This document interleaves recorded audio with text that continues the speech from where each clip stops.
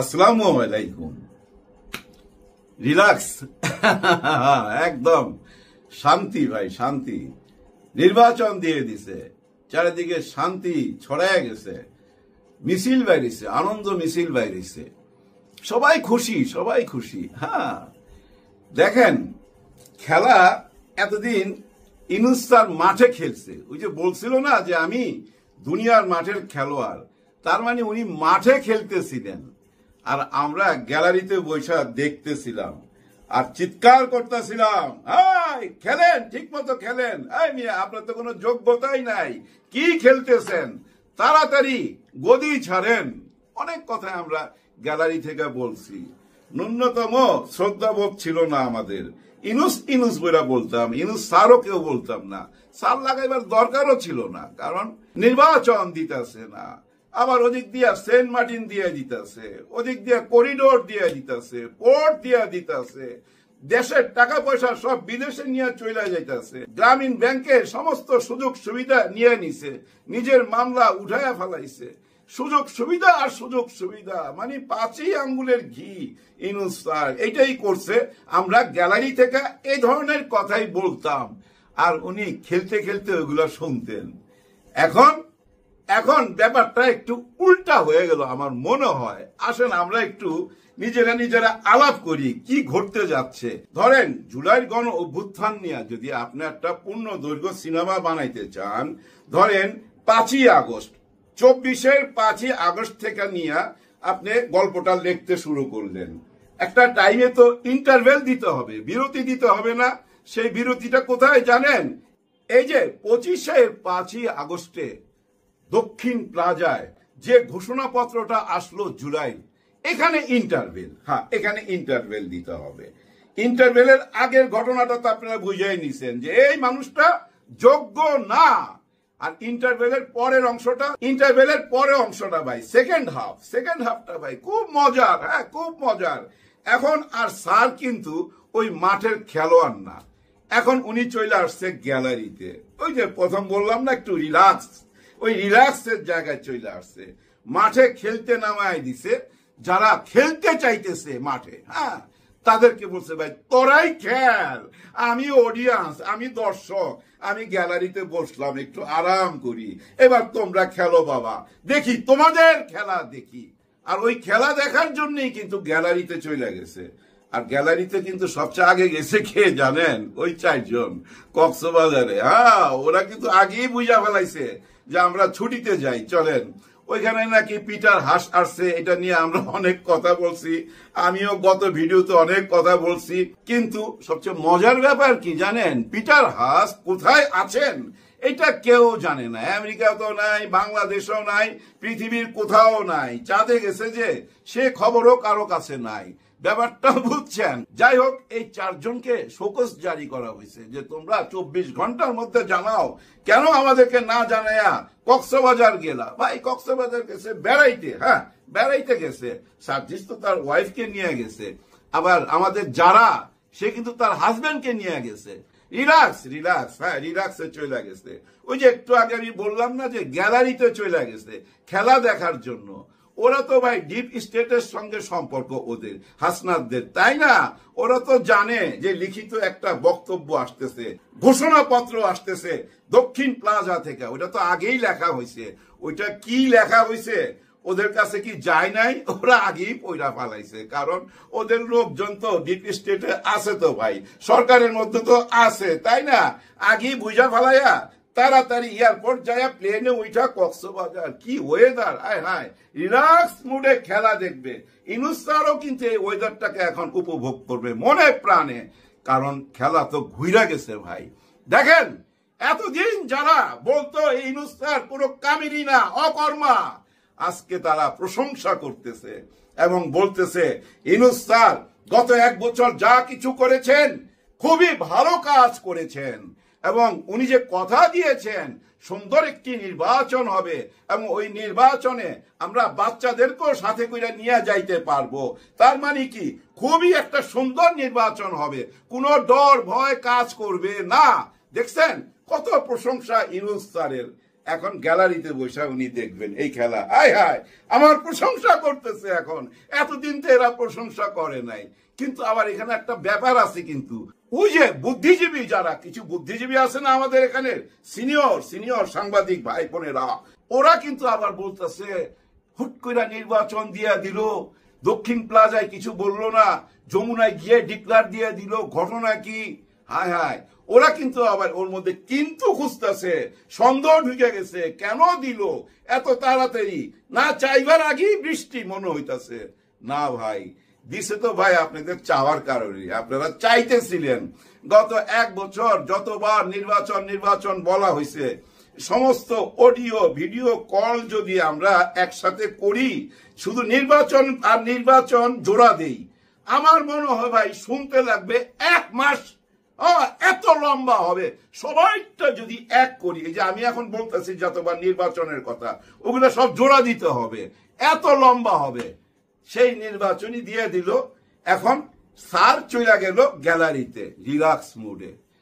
কেন বলতেছি বারবার রিল্যাক্স মুডে জানেন? এর পিছনে অনেক বড় ঘটনা আছে, চাওয়া পাওয়ার ব্যাপার আছে তো ভাই। ডাক্তার শফিকুর রহমান স্যার কি বলছিলেন? আল্লাহ ওনাকে ভালো রাখছেন, উনি হাসপাতালে আছেন, নিশ্চয়ই উনি সুস্থ হয়ে খুব তাড়াতাড়ি বাসায় চলে যাবেন, উনার জন্য আমাদের দোয়া থাকবে। কিন্তু উনার কথাটা তো ভুললে হবে না, সেটা তো মনে রাখতে হবে। স্থানীয় নির্বাচন আগে দিতে হবে, এই কথা বলে নাই।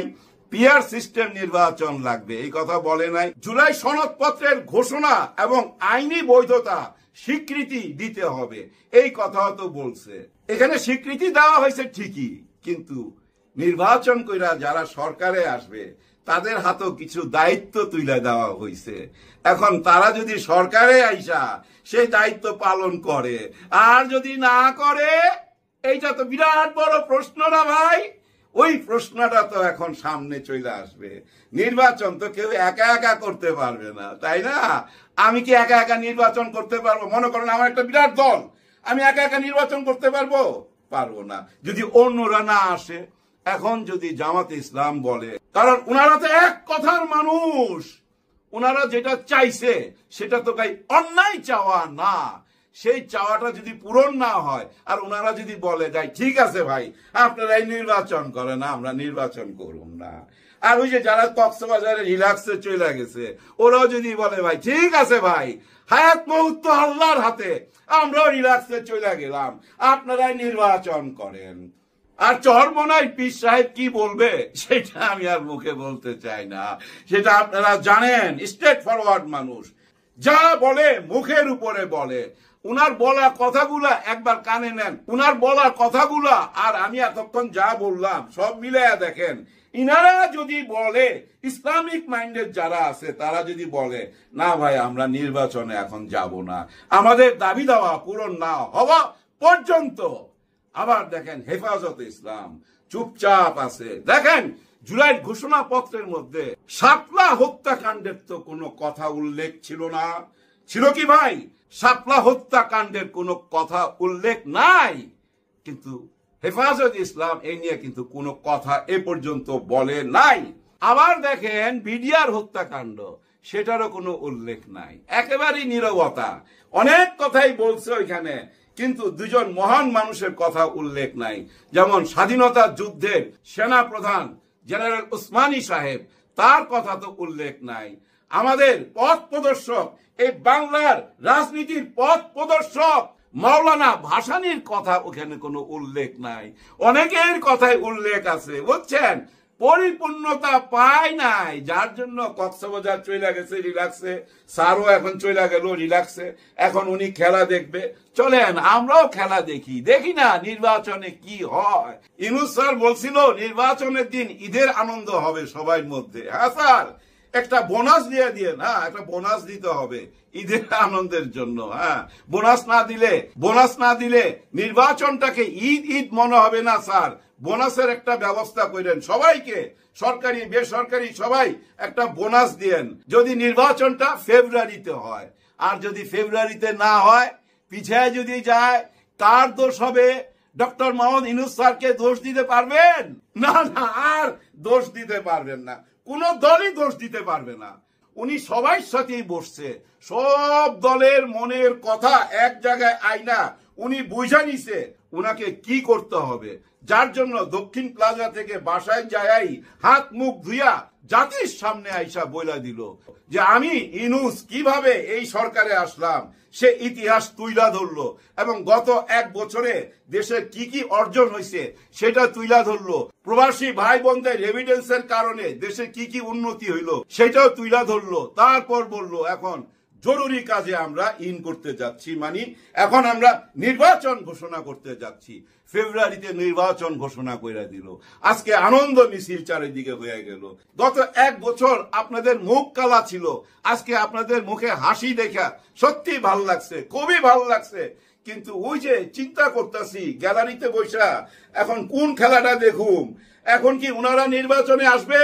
উনারা যদি বইলা দেয় না না না আমরা তো নির্বাচনে যাচ্ছি না, করেন দেখি এবার নির্বাচন, কিভাবে নির্বাচন করবেন? তার মানে কি নির্বাচন হবে? হ্যাঁ, এটা একটা বিরাট প্রশ্ন রেখে গেলাম।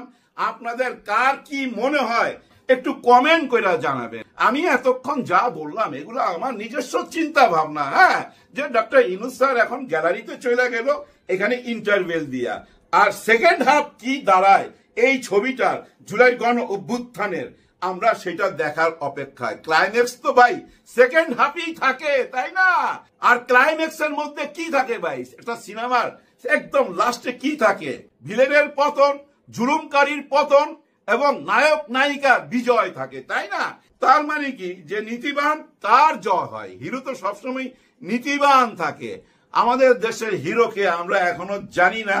তবে ভাই খেলা জমে গেছে। গতকালকের একটা ঘটনা আপনাদের সঙ্গে শেয়ার করে ভিডিওটা শেষ করে দিই। শিবির একটা তো আয়োজন করছে বিরাট, আপনারা জানেন, জুলাই গণ অভ্যুত্থানকে মানুষের সামনে তুলে ধরছে, মনে করায় দিতে চাচ্ছে। দেখেন জুলাইতে কি ঘটছিল, 36 দিনের টোটাল ঘটনাটা ওনারা দৃশ্যমান করছে মানুষের সামনে।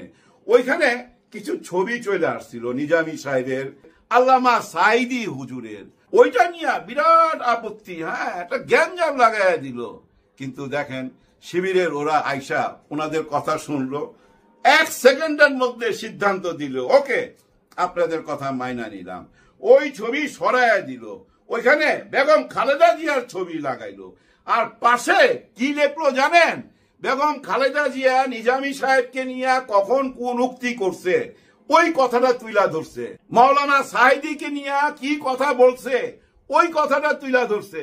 জামাতে ইসলামকে নিয়ে বেগম খালেদা জিয়ার চিন্তা ভাবনাটা কি টোটাল ব্যাপারটা ওইখানে তুইলা ধরছে। আসেন এবার খুলতে পারবেন ওই ছবিটা? ওই দুইটা ছবি সরাইলেন, কিন্তু ওই দুইটা ছবির টোটাল ইতিহাস তো বেগম খালেদা জিয়ার পাশে 8-10 লাইনের মধ্যে লেখা তুইয়া গেল। এই ইতিহাস বুঝতে পারবেন? বুঝতে পারবেন না। আপনারা যে বলেন এই যে রাজাকার রাজাকার কথায় কথায় বলেন পাকিস্তান পাঠায় দিবেন, এটা কোনো কথা? আপনাদের নেতার জন্ম কোথায়? করাচিতে। এই ইতিহাস কি আপনারা জানেন না? জানতে হবে। শহীদ জিয়াউর রহমান ওনাদেরকে নিয়ে রাজনীতি করছে, ওনার আমলে তো কখনোই কে রাজাকার কে আলবদর এইসব প্রশ্ন উঠে নাই। তার মানে কি আপনারা শহীদ জিয়াকে মানেন না? মানতে হবে। ওনার আদর্শ মানেন না? মানতে হবে, না হলে ভুল রাজনীতিতে চলে যাবেন। এই যে আপনারা ছবিগুলো সরাইলেন, ওইখান থেকে সরাইবার সময় ওনাদেরকে রাজাকার ট্যাগ দিলেন, তাই না? কিন্তু কার বিচারে ওনারা রাজাকার? শেখ হাসিনার বিচারে, তাই না? কিন্তু শেখ হাসিনার বিচারে তো 15ই আগস্টের ওই যে গ্রেনেড হামলার তার আসামিকে, ওই মামলাটা কি সত্যি? তার মানে নিশ্চয়ই না, তাই না? এবং এতিমের যে 2.5 কোটি টাকার মামলা, ওই মামলাটা কি সত্য? নিশ্চয়ই সত্যি না, তাই না? অনেক মিথ্যা মামলা দিত আপনাদের নামে এবং আপনাদের নেতা কর্মীদেরকে 60 লক্ষ মামলা দিছে। আপনাদের এমনও নেতা আছে, বড় বড় নেতা, 140টা 200 এরকম মামলা। এই মামলাগুলো তো সত্যি না, তাই না? তাহলে ওইটা সত্যি হবে কেন? ওই যে বিচার করছে, ফাঁসি দিছে, শাহবাগে মব জাস্টিস তৈরা কাদের মোল্লার যে ফাঁসি চাইলো আর ফাঁসি দেওয়া হইলো, ওই মামলাটা কি সত্যি? আপনাদের এইসব মামলাগুলা যদি মিথ্যা হয় তাহলে ওই মামলাটা মিথ্যা হবে না কেন? বুঝছেন ভাই? ওইটুক মাথায় রাখা রাজনীতি করেন। অনেক কথা বইলা ভালাইলাম।